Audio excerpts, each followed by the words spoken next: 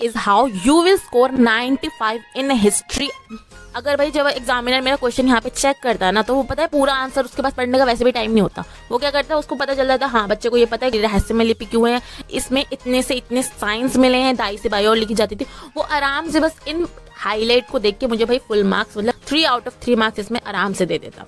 सो now अब हम बात करेंगे 8 मार्क्स के क्वेश्चंस की। देखो इसमें ना आपको 2 टाइप्स के 8 मार्क्स के क्वेश्चन मिलेंगे। जैसे मैंने आपको पहले बताया था, हम यहाँ पे पहले क्या लिखेंगे, थोड़ा सा इंट्रोडक्शन देंगे हम यहाँ पे, जैसे मैंने आपको इंट्रोडक्शन दिया है। सेकंड जो आंसर की हम यहाँ पे लिखने वाले हैं मेन बॉडी। तो मेन बॉडी में मैंने क्या क्या लिखा है, सब हेडिंग्स दी है।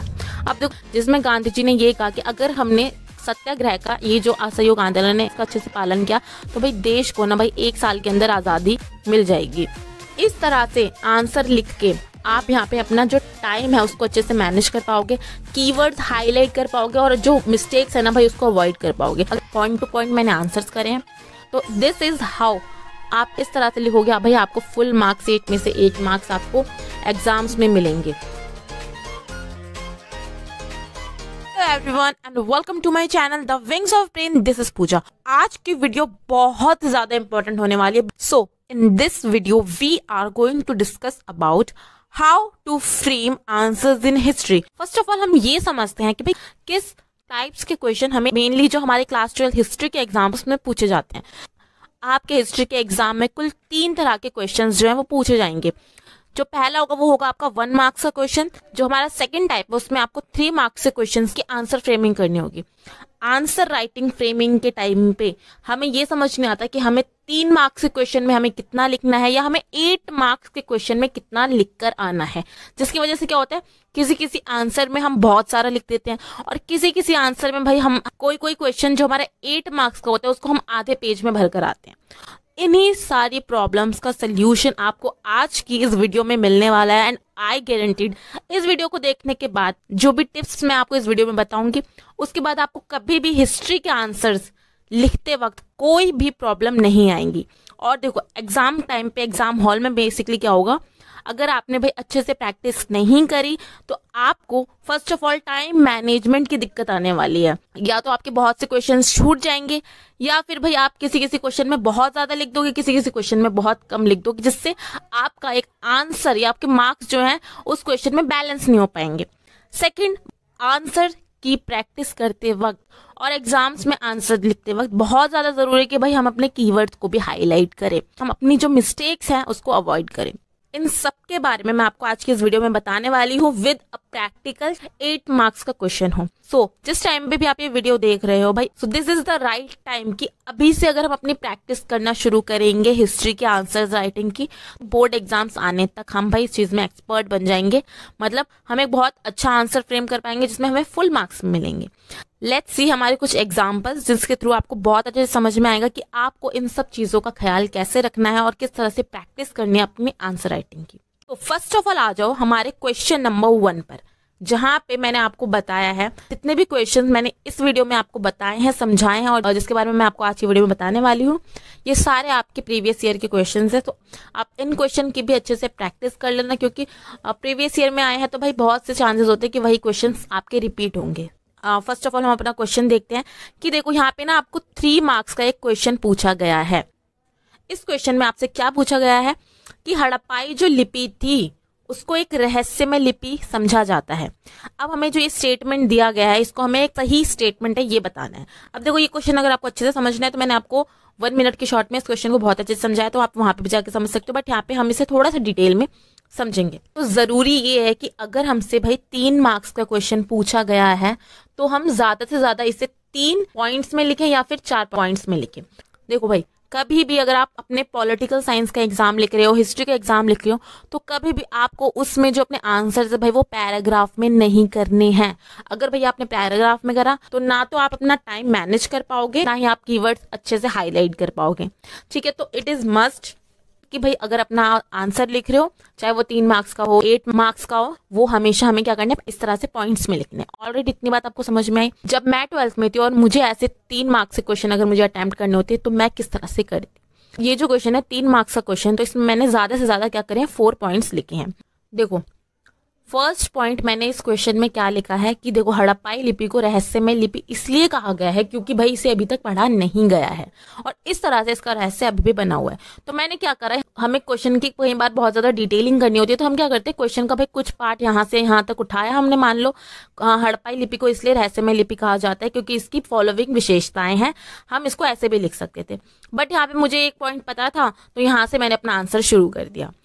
सेकंड, मैंने यहाँ पे अपना पॉइंट लिखा कि भाई ये लिपि ना वर्णमाले नहीं है, मतलब यहाँ पे लेटर्स नहीं दे रखे हैं, साइंस दे रखे हैं। थर्ड, मैंने इसमें बताया कि ये लिपि दाई से बाईं ओर लिखी जाती है, तो एक बहुत अच्छा पॉइंट था, बहुत इंपॉर्टेंट पॉइंट था। पॉइंट टू पॉइंट मैंने आंसर्स करे हैं और इस लिपि की लिखावट बहुत सी वस्तुओं पर मिली है जिससे पता चलता है कि उस टाइम पे लोग एजुकेटेड हुआ करते थे। तो इस तरह से भाई मैंने अपने 3 मार्क्स के आंसर को फ्रेमिंग दी है। आई गारंटीड इससे बेस्ट वे आपको कहीं नहीं मिलेगा हिस्ट्री के आंसर्स को लिखने का। ठीक है, आपको क्या करना है, अगर 3 मार्क्स का क्वेश्चन पूछा गया है तो ज्यादा से ज्यादा 3 पॉइंट्स लिखो या ज्यादा से ज्यादा 4 पॉइंट्स लिखो। सेकंड, अब देखो इसी क्वेश्चन में हमें एक और चीज बहुत अच्छे से याद रखनी है, वो क्या है कि देखो हमने यहाँ पे अपने पॉइंट्स लिखे, हम क्या करेंगे यहाँ पे जो हमारे यहाँ पे सेकंड पॉइंट था कि कीवर्ड्स को हमें हाईलाइट करना है, वो हम कीवर्ड्स को कैसे हाईलाइट करेंगे वो देखो। सो देखो सेकंड पॉइंट हमारा ये है हाईलाइट द कीवर्ड्स। हमने हड़प्पा को यहाँ पे हाईलाइट कर दिया, रहस्यमय को हाईलाइट कर दिया और अभी तक इसे नहीं पढ़ा गया है वो हाईलाइट किया है। सेकंड पॉइंट में देखो मैंने यहाँ पे ये हाईलाइट किया है कि जो बहुत ही एक इंपॉर्टेंट कीवर्ड बनता है हमारा कि भाई ये लिपि जो है वर्णमाले नहीं है, मतलब यहाँ पे जो है लेटर्स नहीं यूज करे गए हैं, यहाँ पे भाई साइंस यूज करे गए हैं। थर्ड पॉइंट में मैंने यहाँ पे इस लाइन को बहुत अच्छे से हाईलाइट किया क्योंकि ये इंपॉर्टेंट कीवर्ड है। फोर्थ, ये लिखावट क्या है बहुत सी वस्तुओं पे मिली है और मैंने इसको यहाँ पे ये हाईलाइट किया कि ये भाई माना गया कि उस टाइम पे जो लोग थे वो एजुकेटेड हुआ करते थे। सो दिस इज द वे जिससे भाई मैंने अपने 3 मार्क्स के आंसर को बहुत अच्छे से फ्रेमिंग दी है। और अगर भाई जब एग्जामिनर मेरा क्वेश्चन यहाँ पे चेक करता है ना तो वो पता है पूरा आंसर उसके पास पढ़ने का वैसे भी टाइम नहीं होता, वो क्या करता है उसको पता चल जाता है हाँ बच्चे को ये पता है कि रहस्यमय लिपि क्यों है, इसमें इतने से इतने साइंस मिले हैं, दाई से बाईं ओर लिखी जाती थी, वो आराम से बस इन हाईलाइट को देख के मुझे भाई फुल मार्क्स मतलब 3 आउट ऑफ 3 मार्क्स इसमें आराम से दे देता। So this is how you have to frame your answer. ठीक है भाई, let's move on to our next question. So now अब हम बात करेंगे 8 मार्क्स के क्वेश्चंस की। देखो इसमें ना आपको 2 टाइप्स के 8 मार्क्स के क्वेश्चन मिलेंगे, वो दोनों टाइप मैं आपको बताऊंगी। देखो फर्स्ट टाइप 8 मार्क्स के क्वेश्चन में आपको सेम वही वाला पैटर्न मिलेगा जिसे हमने अभी 3 मार्क्स के पैटर्न में पढ़ा है। सो यहाँ पे अब हम बात करेंगे कि विदाउट सब हेडिंग, मतलब कई क्वेश्चन ना आप ये देखोगे कि आपके हिस्ट्री में ऐसे होते हैं जिसमें भाई हम जितना भी ढूंढ लेना भाई हमें उसमें सब हेडिंग्स मिलते ही नहीं है या समझ में ही नहीं आता कि कैसे बनाए। अगर आपको सब हेडिंग्स बनाने नहीं आती है, ठीक है, तो आप ना कुछ इस तरह से 8 मार्क्स के क्वेश्चन की फ्रेमिंग कर सकते हो। ये भी एक बहुत अच्छा तरीका है 8 मार्क्स का क्वेश्चन अटेम्प्ट करने का और उसकी फ्रेमिंग करने का। तो देखो यहाँ पे ना आप एक अगेन प्रीवियस ईयर का फर्स्ट वाली बुक है आपकी हिस्ट्री की, उसमें से एक क्वेश्चन पूछा गया है कि महाभारत के समालोचनात्मक संस्करण के द्वारा सामाजिक इतिहास की पुनर्रचना करने में जो उस टाइम पे इतिहासकार थे भाई उनका क्या योगदान था। मतलब किस तरह से उस टाइम पे जो आर्कियोलॉजिस्ट थे उन्होंने महाभारत को अगेन उसकी रिसर्च करी और समाज के सामने, सोसाइटी के सामने उससे जुड़े हुए बहुत से महत्वपूर्ण फैक्ट्स लेकर आए।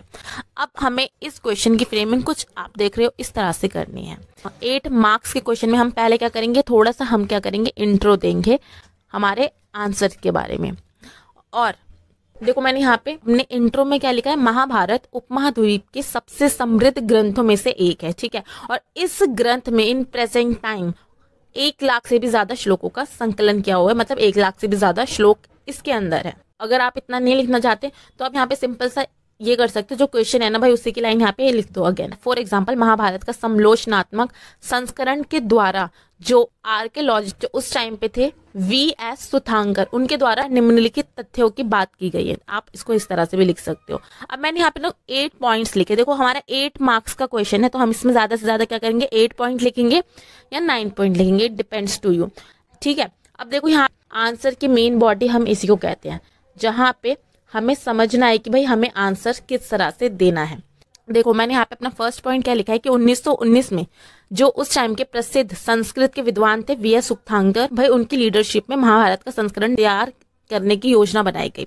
सेकंड पॉइंट में इसी का जो एक विशेषता वाला पॉइंट था वो मैंने सेकंड पॉइंट में इंक्लूड किया है कि आरंभ में क्या था, विभिन्न देशों में अलग अलग भाषा में लिखी गई जो महाभारत थी, जो उनकी पांडुलिपियां थी संस्कृत की, उनको एकत्रित किया गया। थर्ड पॉइंट पे मैंने अगेन यहाँ पे लिखा है कि सभी पांडुलिपियां, जितनी भी पांडुलिपि पहले एकत्रित की गई थी, उसमें जो श्लोक पाए गए ना उनकी तुलना की गई। फोर्थ में मैंने लिखा है कि सभी पांडुलिपियों में पाए जाने वाले श्लोकों का चयन किया गया, उनको जो है पब्लिश किया गया है 13,000 पृष्ठ यानी कि 13,000 पेजेस में उनको जो है पब्लिश किया गया। मैंने फिफ्थ पॉइंट में लिखा है इस परियोजना को पूरा करने में लगे हैं 47 वर्ष। और 6 पॉइंट यहाँ पे देखो कि ये कहा गया है कि ना देखो जब इतनी रिसर्च हमने कर ली तो यहाँ पे ना भाई 2 बातें ना उभर कर सामने आई। जो हमारा 6 पॉइंट था उसके यहाँ पे मैंने 1 and 2 and 3 इस पार्ट में इसको मैंने कवर करा है कि संस्कृत के ना कई पार्टों में समानता पाई गई थी, और ये भाई कश्मीर, नेपाल और केरल में भी ये बात पता चली है। जो उस टाइम पे विभेद हुए हैं लोगों के बीच में वो भाई उभर कर सामने आए हैं। कुल 13,000 पृष्ठों में से आधे से भी ज्यादा जो पेजेस हैं उसमें विभेद हो, मतलब उस टाइम पे जो भी बहस वगैरह हुई होगी उनका संकलन, उनको एकत्रित किया गया है। ठीक है, अब देखो यहाँ पे एक बात आप समझो, ये हमारा 8 मार्क्स का क्वेश्चन था। अब आपको लग रहा होगा यहाँ पे तो मैंने लिखे हैं 6 पॉइंट्स, तो भाई ये 6 पॉइंट्स नहीं है, क्योंकि मैंने यहाँ पे जो 6 का ही जो पार्ट है उसको यहाँ पे मैंने पॉइंट्स में लिख दिया, तो इसको हम 8 पॉइंट ही कंसीडर करेंगे। यहाँ पे आप 1, 2 और 3 पॉइंट की जगह 7, 8, 9 पॉइंट भी लिख सकते हो, इससे कोई फर्क नहीं पड़ता। तो this is how I framed my 8 marker question. And last में जो भाई हमें 8 मार्क्स के क्वेश्चन में हमें हमेशा कंक्लूजन देना है, मतलब हमें हमेशा निष्कर्ष देना है। तो निष्कर्ष में आपको ज्यादा कुछ लिखने की जरूरत नहीं है, बस इतना लिख दो जो हमने पहले आंसर की फ्रेमिंग करी है उसी के जो कुछ 2-4 हाईलाइटिंग पॉइंट्स होंगे उसको आप लिख दो। जैसे इस प्रकार महाभारत का संस्करण तैयार करने में ना कई विद्वानों ने भाई अपनी महत्वपूर्ण भूमिका निभाई और समाज के सामने कई विशेषताओं को जो है क्या किया है, उजागर करा है। एंड सेकंड जो मैंने आपको पहले भी बताया कि देखो हमें क्या करना है, हमें हेडलाइन देने की, सब हेडिंग देने की जरूरत नहीं है। हम क्या करेंगे, यहाँ पे अपने जो कीवर्ड्स हैं उनको भाई हम सिंपल हाईलाइट कर देंगे। वीएस सुक्तांकर इंपॉर्टेंट एक कीवर्ड था, ठीक है। उस टाइम पे अलग अलग भाषाओं में कई जो है रिसर्च की गई, कई पांडुलिपियां उस टाइम पे मिली जिनका प्रकाशन किया गया, ये एक हाईलाइटिंग कीवर्ड था जिसको मैंने हाईलाइट करा है। पांडुलिपियों को यहाँ पे मैंने हाईलाइट करा, राइट। और इस परियोजना को पूरा करने में 47 वर्ष लगे, इसको मैंने यहाँ पे हाईलाइट किया है। और जो भी यहाँ पे पॉइंट्स थे इसको मैंने हाईलाइट किया, ज्यादा नहीं, जो मेन आपको हाईलाइटिंग पॉइंट्स लगे, ये नहीं कि आप पूरी अंडरलाइन कर रहे हो, नहीं। यहाँ पे जो इंपॉर्टेंट पॉइंट आपको लग रहा है 13,000 पृष्ठ, इसको आप हाईलाइट कर देना, ठीक है। एंड लास्ट में इट इज मस्ट कि आप यहाँ पे कंक्लूजन दो। तो आई रियली होप सो आपको ये समझ में आ गया होगा कि आपको 8 मार्क्स का क्वेश्चन जो आंसर है उसकी फ्रेमिंग किस तरह से करनी है। So still if you have any doubt आप नीचे कमेंट बॉक्स में उसको टाइप कर देना। सो नेक्स्ट हमारा 8 मार्क्स का क्वेश्चन है भाई, जिसमें क्या होता है, हमारी भाई सब हेडिंग्स बनती है। ये ध्यान रखो कि अगर आपकी सब हेडिंग्स बन रही है तो आप यहाँ पे सब हेडिंग्स का यूज करो, क्योंकि अगर आप सब हेडिंग्स का यूज करोगे तो भाई एग्जामिनर होता है उस पर बहुत अच्छा इंप्रेशन जाता है और वो ज्यादा कुछ नहीं देखता आपके आंसर में, भाई वही जो सब हेडिंग्स है इनको देख के आपको भाई वो फुल मार्क्स दे देगा, राइट। अगेन ये लास्ट ईयर क्वेश्चन पेपर में पूछे गए थे क्वेश्चंस, ठीक है। इस क्वेश्चन में आपसे क्या पूछा गया है कि असहयोग आंदोलन में जो भारतीय समाज के विभिन्न वर्ग थे, महिलाएं थी, बच्चे थे, बूढ़े थे, युवा थे, उनका भाई क्या रिएक्शन आया है, इसे हमें 8 पॉइंट्स में जो है लिखना होगा। तो अब देखो मैंने इसमें ना एक बात गौर करी कि हम ना यहाँ पे सब हेडिंग्स बना सकते हैं, सब हेडिंग्स हम यहाँ पे बना सकते हैं, तो हम अच्छे से अपने आंसर भी फ्रेम कर सकते हैं। और ये फर्क नहीं पड़ता कि यहाँ पे आपने उस बात की डिटेलिंग करी है, यानी बस उसको थोड़ा सा इलेबोरेट कर दो, दैट्स इट। देखो इसमें मैंने क्या बताया कि असहयोग आंदोलन भारतीय समाज के कई वर्गों ने अपनी जो है प्रतिक्रियाएं दी है। हमें ये बताना है कि भाई असहयोग आंदोलन भाई हुआ क्यों था। जब तक हम ये नहीं बताएंगे कि भाई असहयोग आंदोलन क्यों हुआ था, तब तक तो हम अपना आंसर, जो मेन यहाँ पे पॉइंट पूछा गया है कि समाज के लोगों का क्या रिएक्शन था, हम उसे ही नहीं बता पाएंगे। तो इट इज मस्ट कि आप पहले क्वेश्चन अच्छे से पढ़ो। कई लोग क्या करेंगे कि इसी में ना बस वो लोगों की प्रतिक्रियाएं दे देंगे और उनका 3 से 4 पॉइंट में आंसर एंड हो जाएगा। इसलिए 8 मार्क्स में जितना हो सके इलैबोरेट करो, जो उसकी पीछे की स्टोरी लाइन है उसको यहाँ पे लिखो। तो देखो असहयोग आंदोलन किस वजह से हुआ, क्या क्या रीजंस थे, वो मैंने यहाँ पे सब हाईलाइट करे हैं। जैसे मैंने आपको पहले बताया था, हम यहाँ पे पहले क्या लिखेंगे, थोड़ा सा इंट्रोडक्शन देंगे हम यहाँ पे, जैसे मैंने आपको इंट्रोडक्शन दिया है। सेकेंड जो आंसर की हम यहाँ पे लिखने वाले हैं मेन बॉडी। तो मेन बॉडी में मैंने क्या क्या लिखा है, सब हेडिंग्स दी है। अब देखो पहला है प्रथम विश्व युद्ध, रॉलेट एक्ट 1919, रॉलेट सत्याग्रह, ये 3 रीजंस थे। और भी रीजंस थे, 2 और रीजंस थे जिसकी वजह से असहयोग आंदोलन हुआ था।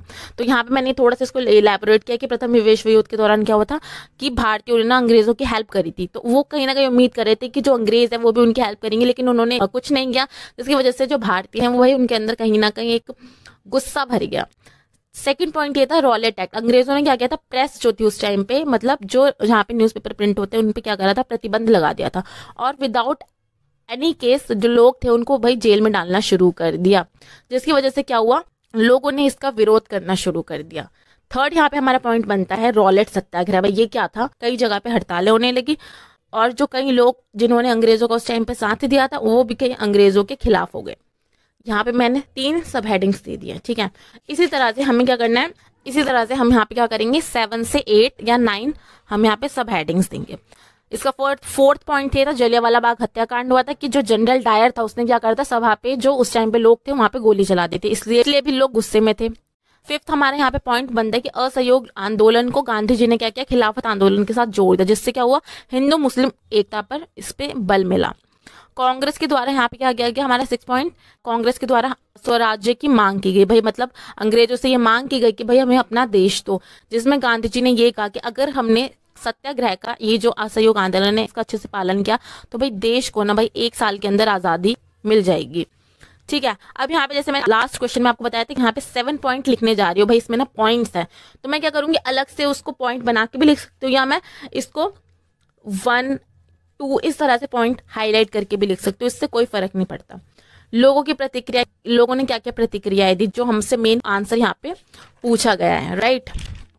ये एक ऐसा आंदोलन था जहाँ पे महिलाओं ने बढ़ चढ़कर भाग लिया, शिक्षकों के द्वारा रेजिग्नेशन दे दिया गया, वकीलों ने भाई केस लड़ने से मना कर दिया, जो विदेशी वस्तुएं थी उनका बहिष्कार करने लगे लोग, विद्यार्थियों से उस टाइम पे अपील की गई भाई वो स्कूल कॉलेज त्याग थे, क्योंकि भाई अंग्रेजों के बनाए हुए इंस्टीट्यूशंस थे वो, ठीक है। तो ये 7, 8, 9 इसको आप ऐसे भी कंसीडर कर सकते हो, या फिर 1 और 2 पॉइंट में भी इसको आप लिख सकते हो। एंड लास्ट जो मैंने आपको बताया, हमें हमेशा कॉन्क्लूजन देना है, ठीक है। कॉन्क्लूजन यहाँ पे मैंने दिया, थोड़ा सा इसको इलैबोरेट किया कि इस तरह से असहयोग आंदोलन में देश के विभिन्न जो वर्गों है इन्होंने भाग लिया और महात्मा गांधी के द्वारा चलाए गए ये जो आंदोलन था ये देश की स्वतंत्रता के लिए एक दिशा बना। तो दिस इज हाउ आप इस तरह से लिखोगे, भाई आपको फुल मार्क्स 8 में से 8 मार्क्स आपको एग्जाम्स में मिलेंगे। तो यहाँ पे मैंने आपको 3 तरह से आंसर्स फ्रेम करना सिखाया है। तो ये 1 मार्क्स का आपको ज्यादा कुछ नहीं करना है, 1 या इसे 2 लाइन में आप इसे जस्ट लिख कर आओगे, क्योंकि इससे ज्यादा आप करोगे तो भाई आपका टाइम जो मैनेजमेंट है वो नहीं हो पाएगा और बहुत से क्वेश्चंस छूट सकते हैं, ठीक है। 3 मार्क्स का क्वेश्चन है तो आपको यहाँ पे 3 से 4 पॉइंट्स लिखने हैं जस्ट, और इसमें निष्कर्ष वगैरह देने की जरूरत नहीं क्योंकि भाई इतना टाइम हमारे पास होता भी नहीं है। 8 मार्क्स का इंट्रोडक्शन भी दोगे आप, इसका मेन बॉडी लिखोगे, एंड बहुत इंपॉर्टेंट चीज वो है भाई कंक्लूजन। भाई हमें अपना कंक्लूजन, इट इज मस्ट कि हम अपना कंक्लूजन 8 मार्क्स के क्वेश्चन में लिखें, ठीक है भाई। तो देखो इस तरह से आंसर लिख के आप यहाँ पे अपना जो टाइम है उसको अच्छे से मैनेज कर पाओगे, कीवर्ड्स हाईलाइट कर पाओगे, और जो मिस्टेक्स है ना भाई उसको अवॉइड कर पाओगे। अगर आपसे कोई मिस्टेक हो जाती है कि आपने यहाँ पे रहस्यमय की ऊपर एक और बिंदी लगा दी, तो वहां पे भाई कोई जरूरत नहीं है कि आप इसको ऐसे कट करके काटो, उसको छोड़ दो, एग्जामिनर की नजर उस पर वैसे भी नहीं जाने वाली। अगर आपने ऐसे उसको कट कर दिया भाई उसको एग्जामिनर को पता चल जाएगा यहाँ पे आपने उसे कट करा है, और उससे भाई आपके आंसर राइटिंग का इंप्रेशन ऑलरेडी गलत पड़ेगा। तो इसलिए कभी भी कोई आपसे मिस्टेक होती है जैसे रहस्यमय, अगर आपने इसे ऐसे लिख दिया तो जरूरत नहीं है इसको ऐसे कट करने की, भाई उसे छोड़ दो, जैसे लिखा है उसको छोड़ के आ जाओ, पूरा कट करने की उसे जरूरत नहीं है, अवॉइड करो जितना हो सके, ठीक है। ये एक बहुत इंपॉर्टेंट पॉइंट है। ये फ्रेमिंग भाई आपको ना तो 1 दिन में आएगी ना 1 घंटे में आएगी। इस तरह आंसर लिखने के लिए आपको क्या करना होगा, इस तरह आंसर लिखने के लिए भाई आपको आज से प्रैक्टिस करना शुरू करना होगा, ठीक है। ज्यादा से ज्यादा आप 1 दिन में 2 से 3 आंसर हिस्ट्री के लिखोगे, जिससे आपकी इस तरह लिखने की एक प्रैक्टिस बन जाएंगे। आप जो मिस्टेक्स होती हैं उसको अवॉइड कर पाओगे, अपना टाइम अच्छे से मैनेज कर पाओगे, जो अपने कीवर्ड्स है उसको हाईलाइट कर पाओगे, ठीक है। तो इसलिए आपको आज से हिस्ट्री का आंसर लिखने की प्रैक्टिस करनी है। या आप ऐसा भी कर सकते हो, तो आप देखोगे ना इस तरह की ना आपको एग्जाम्स में शीट मिलती है, तो ये शीट लाके आप जो प्रीवियस ईयर के क्वेश्चंस हैं उनको इस शीट में लिख के आप अच्छे से प्रैक्टिस कर सकते हो, जिससे भाई आप अच्छे से एक प्रॉपर आंसर राइटिंग कर पाओगे। This is how you will score 95 in history ठीक है। और आई रियली होप सो आपको आज की वीडियो बहुत अच्छे से समझ में आ गई होगी। और ये वाली जो पीडीएफ है आंसर की कि किस तरह से आपको लिखना है, ये वाली मैं आपको टेलीग्राम ग्रुप में आपके साथ शेयर कर दूंगी, वहां से आप अच्छे से इसे देख लेना। आज से आप PYQ सॉल्व करना शुरू कर दो, जिससे एक मंथ के अंदर आप बहुत अच्छे से आंसर की फ्रेमिंग कर पाओगे and you will easily score 95+ in political science या फिर 95+ in history examination. So if you guys like this video, give a thumbs up to this video and subscribe to this channel. So नीचे comment में ये भी बताओ कि आपको इसी फॉर्म में हमें पॉलिटिकल साइंस की आंसर फ्रेमिंग किस तरह से करनी है। आपको वीडियो चाहिए तो next video all question forms को डिस्कस करेंगे पॉलिटिकल साइंस के।